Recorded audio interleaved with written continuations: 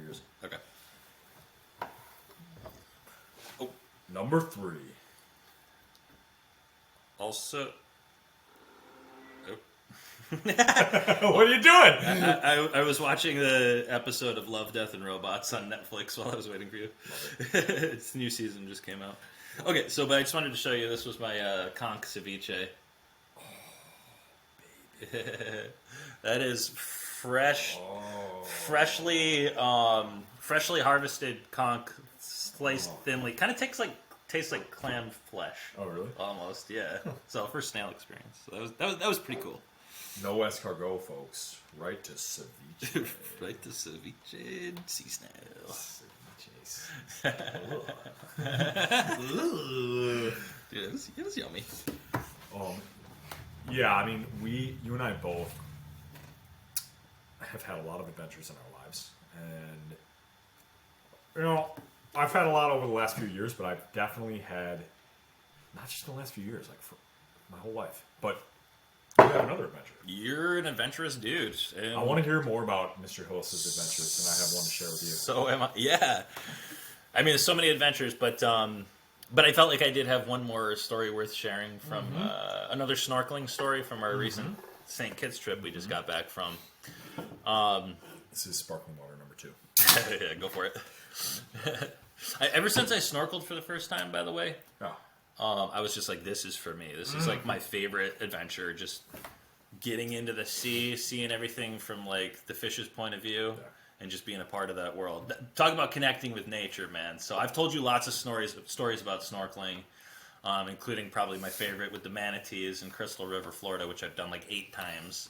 Yeah. But at any rate, in St. Kitts, the very following day, like that Wednesday from the whole conch thing, we had explored the rocks off the left end of the beach, and then I got together with some other people to explore the rocks off the right end of the beach. So it was the other end of the bay, essentially. There were some rocks jutting out into the sea. There's like heavy wind and surf breaking on them, and we swim out. And 2 people that had done it before had said they had like seen some stingrays over there. So I was like, yeah, I want to see some stingrays. Stingrays are cool.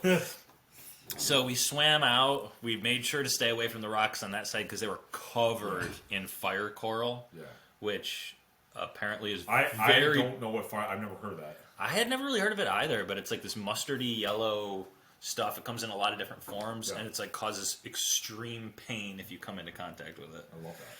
Yeah, so we were staying away from that, but like still fairly close to the rock. We were maybe in like 15-ish feet of water, I'm going to say. Yeah. Maybe 20. So swam out, and I started finding sand dollars, which I've never really been in a place where they're easy to find, but I started seeing sand dollars all over the place on the ocean floor out there. So I'm like, man, I want to collect some of these. They're so, you know what a sand dollar looks like? Yeah. So I'm diving down. I kind of separate from everybody else. I'm diving down, grabbing sand dollars. Some of them are breaking in my hand, but some of them like I put in my pocket and they were good. So that was kind of cool, like the currency of the sea, so to speak, the sand dollar. Then I rejoin with the group, and the second I get to them and I lift my head out of the water, someone says, "There's a stingray." So I put my head back down and I look in the direction everybody else is looking, and there's this monstrously big stingray. I know I'm describing everything as like huge right now, like the conch and the stingray, but those are the things that I want to talk about, are the things that are like, whoa, this is big. It seemed huge to me, like a couple of us like clocked it at maybe like 7 or 8 feet long. Yeah. And it was just swimming. I've seen stingrays a couple of times swimming across the ocean floor. They like to stay close to the sand. Sure. But this one was like up like eye level almost, like 3 feet down, just gliding, flapping its wings like gracefully through the water. I love that. And like its body was like the size of this part of the dining table here. And then the tail was like probably twice as long as the body itself. This long like cable of a tail. I mean, you probably know what stingrays look like. Yeah. But man, it was like, I'm like, that thing's definitely longer than I am. And anytime I see something like that in the ocean, I know they're not really dangerous per se, but it's still a little intimidating, especially because stingrays do have. I think Steve Irwin wasn't he killed by a stingray, or was it the other guy? Steve Irwin, I thought he was killed by he wasn't killed by a crocodile? One of those like Animal Planet guys was killed by a stingray that stung him in the chest or something. Yeah, it'll come right up in the Google results. It says George Washington. Stop. Okay, who is it? Steve Irwin. Oh, it was Steve Irwin. Okay, sad. You just didn't want to. By the way, he passed away on September 4th of 2021. That was the 15th anniversary of him passing away. Oh, that was a while ago now. Yeah. So at any rate, he was famously destroyed by a stingray that got him. But stingrays are not known for being really dangerous to humans for the most part. Yeah. But it's still like you see one of these big guys with like a barb on its tail, and you're like, they look pretty intense. I don't know, keep your distance, right? I mean, you can pull up dive pictures of divers like touching stingrays and stuff. I'm like, for my part, just like as an amateur, I'm keeping my distance. So we see the stingray; it's beautiful, and it floats off into the murky, distance. Yeah. And then I'm like, all right, well, I'm going to keep looking for sand dollars because for whatever reason around this area, they're just like freaking everywhere. Huh. So I like spot a beauty, like a big, nice, beautiful, like whole sand dollar. It's got the 5 slots and the floral pattern on it. I'm like, I want that thing. Yeah. They're like cool to collect. So I dive down. I'm diving. I'm like, I'm going to get this sand dollar. Stretching my hand out, blowing my nose to clear the pressure. Yeah. And I'm maybe like 5-6 feet away. I don't know. I'm like halfway down. Like Sure. I'm getting close to the sand dollar. Sure. With my hand outstretched. And then I see like a poof of sand, like right next to the sand, like 2 feet away from the sand dollar, just coming up from the ocean floor. And I'm like, what the? You're a good guesser. So like, I'm like, what the heck?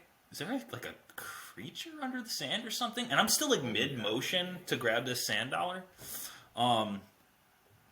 And then it's just like all like like one of those magic pictures or whatever, or like an illusion or something. It just like suddenly everything comes into focus and like the whole picture changes. And I realized that something that I thought was like a rock, is a stingray. Was a stingray's eye, like 2 feet away from the sand dollar I'm about to grab. And it's just like this hump of flesh sticking out of the sand. And then I realized, no wait, there's 2 of those things, and this thing is like eyeing me like from the sand. And then I see, oh wait, there's like an outline of this thing. Again, same size, like this part of the dining table we're sitting at. And then I'm like, how did I not see this before? There's this huge long cable tail that's like partially covered in sand. Like, and I'm like right there. Like, maybe it wouldn't have done anything, but like, I'm glad I saw it. I immediately like retract my hand because this thing's eyeballing me like big time. Retract my hand. I stop flipping my flippers. I float back to the surface. I'm like, dude, I'm gonna let you have your sand dollar. Oh my goodness. So that was such an adventure because, I mean, it's amazing anytime you get in the water and use your mask and your snorkel and you're being a part of the world that we are not a part of normally. Yeah. But it's that extra bit of like just like the tiniest, whether it's real or imagined, like sense of danger in some of these encounters you can have that takes it to like, for me anyways, as an amateur, I don't know, snorkeler, just like enthusiast, to that next level of like, yeah, this was an adventure.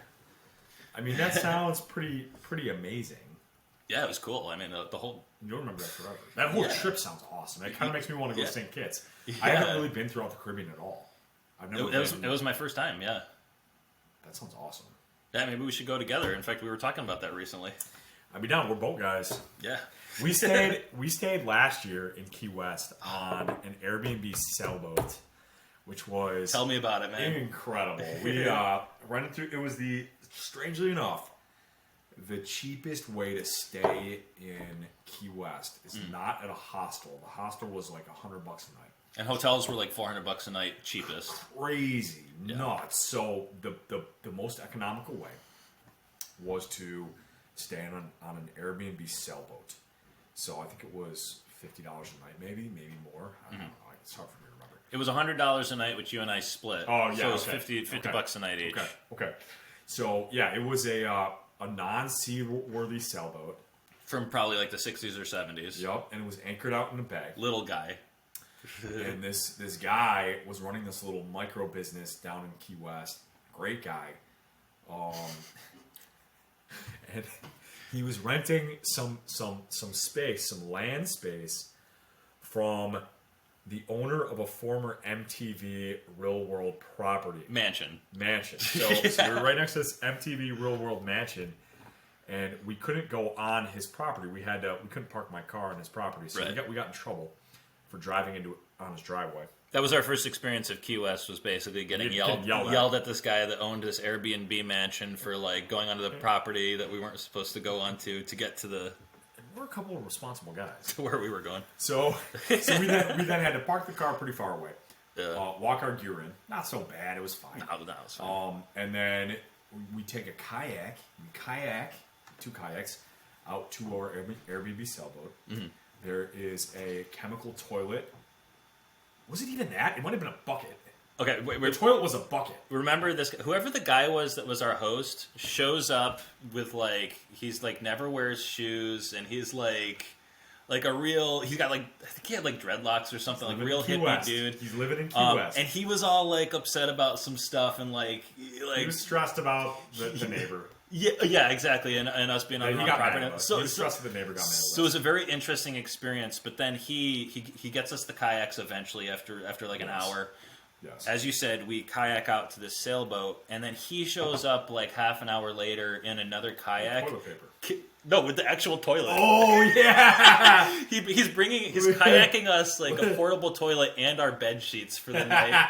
Which then he's he sets down the toilet, and then he's trying to climb all over the beds and put the sheets on, and it was just the funniest thing. This is the most half-assed exciting Airbnb we've ever been on. This is gonna be a wild ride. It was the best. And then the second night. Sorry to steal your thunder. No, there. I'm glad you did. It's so memorable. The second night, and then our best day, most memorable day on our Florida trip, Key West, was when we rented those scooters. So we rented the gas-powered mopeds. Mm-hmm. Mopeds? Yeah, they're mopeds, right? No. They called them scooters, but they were Are they mopeds? it was some kind of Let me Google what a moped is. some kind of motorcycle-y, mopedy, bikey thing. I think they are. Yeah, they're mopeds. Is that what they are? Those little guys on the right. Yeah, they're mopeds. something like that. So we rented some mopeds, and then we mopeded around town, ate some good food. Mm-hmm. I think that night there was a storm on the open seas. So, oh hey, hey, you want to be interviewed, doggy? Different dog this time. She's stop talking. I want to play. Stop talking, guys. We want to go for a walk. No, keep going, man. I love this memory. And there was a storm, so you were down in the bed area. I tried to sleep. There were 2 beds, Right. down in the cabin. One of them was a longer bed. You're taller. Yep. The other one was in the corner, so I guess that would be in the prow. Which was the only covered spot in the boat, actually. Yes, it was covered, but it was pretty hot in there. Dude, where you were trying to sleep tiny, initially and it was super hot. Had to have been 100+ degrees, right? Yeah, and I opened up the vent flap, and we had this little battery powered fan that did nothing. Right. So I decided instead to sleep on the benches on deck, which was pretty skinny. So it was a skinny little bench. It was definitely less wide than my body. And I just totally hard, no I cushions. I just put so I had a pillow, and then I put some covers over me. I was just trying to sleep on it. And one of the nights a storm came through. So there was this beautiful, awesome, windy storm, and I was out there. I couldn't sleep, but it was fantastic because it was super windy. The boat was rocking along. And there was a storm. And I thought, man, this is amazing. I love this right now. I thought it was so cool. Didn't mind I couldn't sleep. That I loved that you did that, by the way, because at least I was also in kind of an uncovered area, but at least I had a cushion. Yeah. So my spot was marginally more comfortable, a lot more comfortable than yours. Go ahead. You were gonna say something. I might have used the life vests as cushions. I think I used the life vest for something. I've slept on life vests before. Correct me. And this ferry in Greece, I slept on life vests underneath a bench.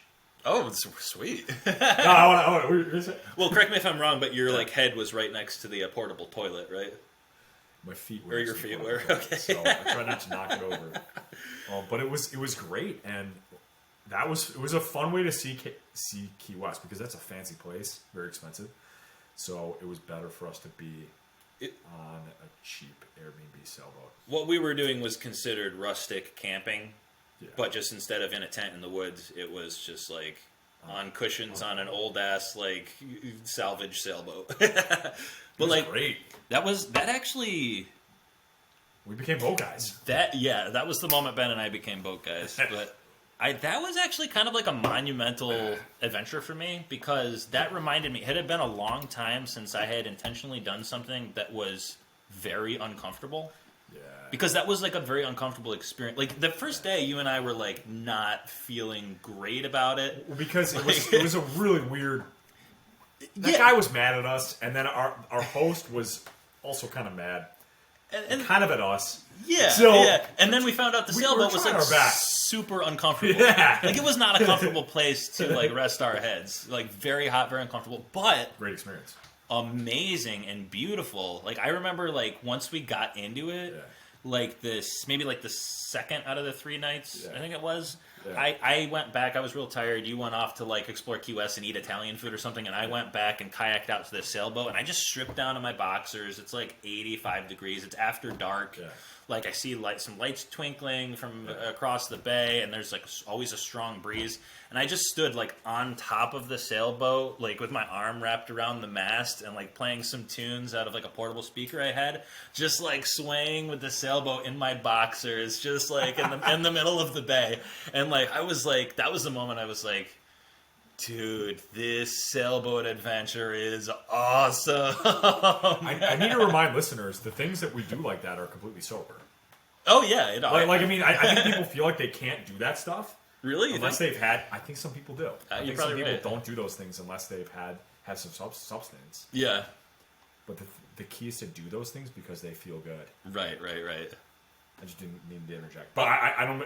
I'm glad you mentioned that because I think it's that much more amazing to have an adventurous experience like without being under the influence. It's just so vivid and memorable. Just to kind of do something that feels good like that. Yeah, like just being on a boat in Key West in the middle of the night and your boxers swaying in the breeze. Yeah, because why not?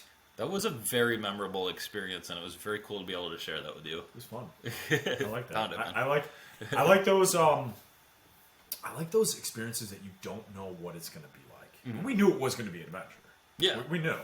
Oh, and you mentioned outdoor showers before. How great they were! That was my first time ever using an outdoor shower because they had like a back on land where we got the kayaks. They had rigged up like these, I don't know, bamboo pieces or something and had like a propane tank that was heating like water from a hose that we were showering out there. I loved it. And after an exhausting day, it's the best thing in the world. Or an exhausting night sleeping on the sailboat, or like not sleeping on the sailboat. Exhausted in the morning. Just like cleaning that like Florida sweat off your body in an outdoor shower while you've got your tunes going. I did at least, and like the birds are chirping, and there's like other campers like rustling around. It's like awesome.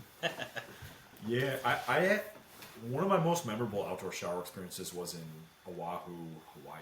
Yeah. And I stayed in this random Airbnb on the north side of Hawaii. Mm-hmm. And it was in it was this guy who had been living on the North Beach for 30 years. He was somewhat of a surfer. Yeah.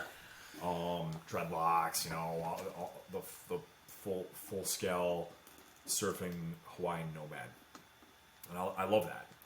So he had somewhat of almost a treehouse, and he had built this place. It was 2 stories. But the house was elevated, and then down below on stilts, he had just boxed in a room. So it wasn't. It was. This was all just like built out of like scrap lumber. And so he just boxed in a room down below, but for the most part, the house was on the 2nd floor, taking stairs up. So I happened to stay in this Airbnb, and when I arrived, he said, "Hey, I'm having this event tomorrow night. I'm having some people come in. Play some music, do some dancing, do some yoga. I'm having a speaker." You think you can like help me for, half an hour, set it up? I said, yeah, why not? So the afternoon of that day, I, came back from going on a little bit of a hike, and he seemed like a nice guy, so I said, why not? I'll help him set up. Yeah. It turns out that I was the only person there to help him. Okay. And he had to set up one of those massive tents, and then also set up for this event. This was your Airbnb host? Yeah. So I committed to a half an hour. And then... What a crazy imposition.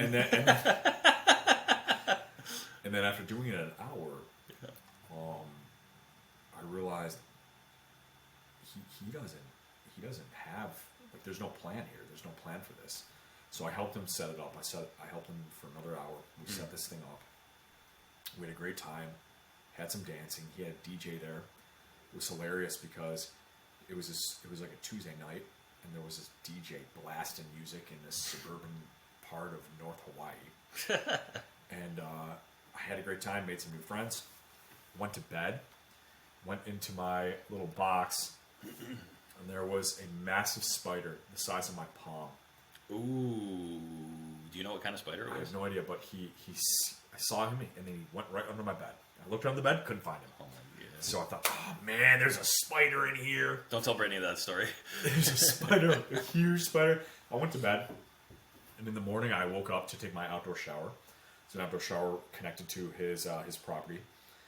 It was a cast iron tub with a hose, a nozzle. It was great. I loved it. I was taking my shower. It felt so good. It was in the jungle. And I look up, and there is Mr. Spider right here on this huge web. Oh, this massive, thick web, and he is just right there. That would freak anybody out. He was watching me the whole shower. So, getting ready to pounce on you and suck your blood. I still love the outdoor shower. I mean, I did jump out at that point. Yeah. But yeah, that's my outdoor shower experience. I mean, that's an awesome story, it's man. One of my experiences. See, that's like another example of that's more. That experience was way more story worthy because there was something like potentially threatening and uncomfortable about it in my bed. Yeah, or under my bed, or wherever he hung out. In my shoes, I don't know. I was looking in my shoes in the morning. Is he in my shoes? Yeah. That's the travel experiences. I love that. That Key West experience with the sailboat really reminded me about that because I was in tune with that when I was younger.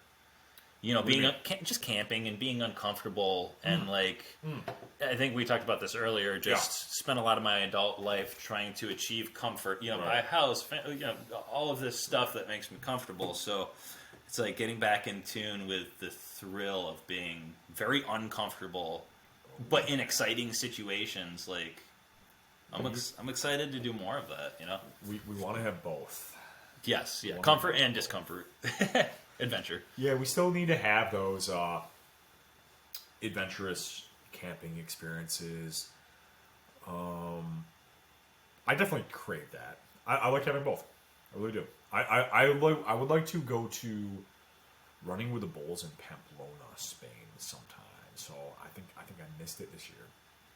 But it's been on my bucket list for a couple of years. Yeah. And you just crazy guys go there and have a bulls chase them through the streets of Pamplona. It's insane. Just to be clear, you're not just talking about going; you're talking about participating. Oh yeah, you want to go? Would you do that or no? I'm gonna take a hard pass on that one, but we can go to the Caribbean. But we should do another. We should do another interview session after you do that, so you can tell me all about it. I'm down. I'm down. Yeah, I think that you and I both do prioritize living even everyday adventures, right? You talked about when we were walking earlier, one of your neighbors, he brought up paddleboarding with you, right? And you're like, yeah, come on over. We can do it anytime. It only takes an hour and a half. That's an everyday adventure. Yeah. It's very accessible. You have 2 paddleboards sitting right below us right now. Like right in my basement. I'm a block from Lake Ontario, so I paddleboarded yesterday. When it's like weather's good and the lake is calm, I'm paddleboarding like twice a week. I love it. Just getting out there, being in peace. I do like my physical therapy exercises, push-ups and stuff on the paddleboard. It's fun. Yeah, you've been doing PT. Oh, let's show you. And then maybe we should go walk some dogs pretty soon. Okay. Hey. Yeah, they're in the interview. I think this is going to be one of the more popular parts of the interview is a couple of dogs. Now, part 1 was amazing. I mean, everybody likes a good doggy. They're so cute. I've never had a dog. When I settle down here in a geographic place, I will get myself a dog. I'll have a dog. Yeah, you seem to have expressed some interest in that. I have interest in that. Since I was relatively recently in my life converted, I would like to pass it on and can convert you to a dog man. I love that. Hey, so I think we're nearing a conclusion. Yeah, man, let's call it. Do you have any other? All right, we're good. Should we end it with a musical performance? Yes, of course. I don't know what you mean, but I'm all in. Have you heard of the barbershop quartet of Somerville Irondequoit? Yeah. So it's also the third member is a squeaky toy. What's a good? Are we gonna harmonize here? Yeah. Oops, I Did It Again is the only song that came to mind. Can You Feel the Love Tonight came into my mind. Okay. How does Oops, I Did It Again go? I don't know. It's Oops, I Did It Again. So what song do you say we should harmonize to? Can you feel the love tonight? That's the only line I know. From The Lion King. I think it's Elton John. I don't know why that came to my mind. It's not a barbershop song. Is Elton a name that's coming back for little kids? You'll find out on November 18th. No, we're not going to name our kid Elton. I mean, I think that I haven't heard that name for kids recently. I don't know. Yeah, I don't know any Eltons. I think we should go on a walk. It's pretty sunny outside. Let's do it. Let's do it, man. Hey, I would.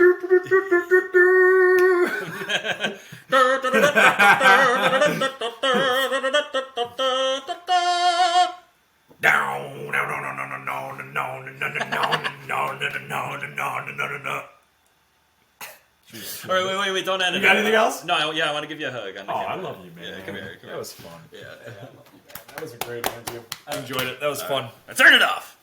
Bye. Oh, that was pretty good outdoor playing. Yeah.